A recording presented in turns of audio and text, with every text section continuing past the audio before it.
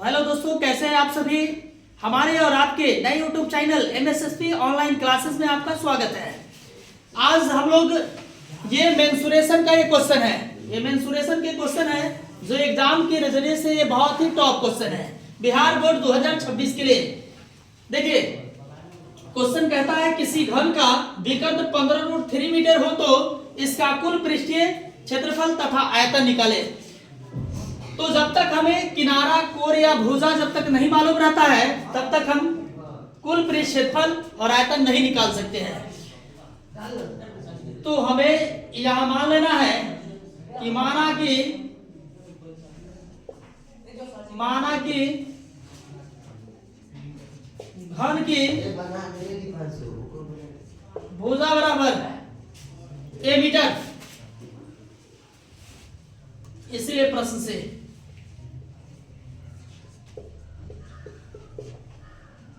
चूंकि घन का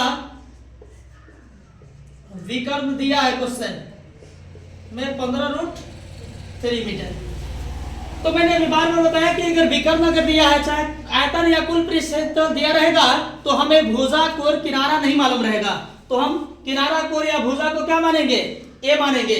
तो प्रश्न से घन का विकर्ण 15√3, तो देखिए यहाँ जिसका वैल्यू दिया रहेगा उसी का फॉर्मूला हम यहाँ डालेंगे।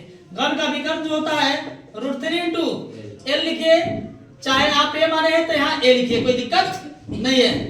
15√3, अब देख लीजिए ए बराबर 15√3, दाया से बाया या बाया से दाया ले जाते हैं तो हमेशा साइन बदलता है, ये गुना में है तो नीचे चल जाएगा भागा में, इसलिए कट जाएगा।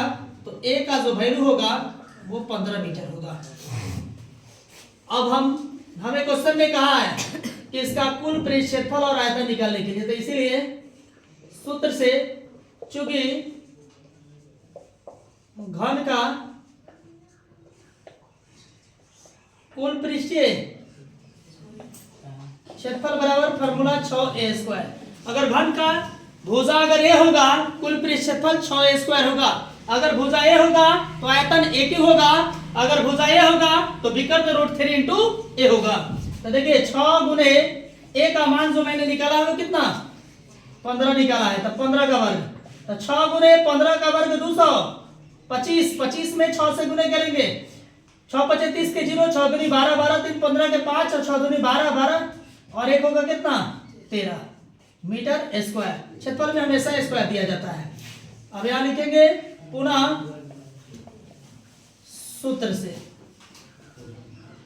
चूंकि अब हमें कहा घन का आयतन निकालने के लिए, तो घन का आयतन फॉर्मूला होता है a³, यानी a का जो मान दिया है वो कितना 15 का क्यूब। अब 15 का क्यूब का मतलब 15 कै बार गुना होगा, 3 बार होगा।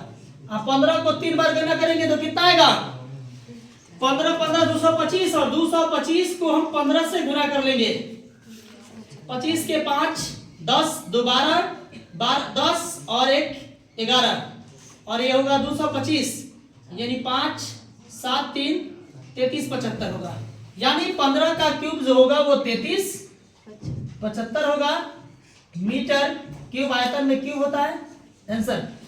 अगर ये वीडियो अच्छी लगी तो ऐसे ही वीडियो के लिए हमारे YouTube चैनल को सब्सक्राइब करें और बेल आइकन को ओपन कर लें।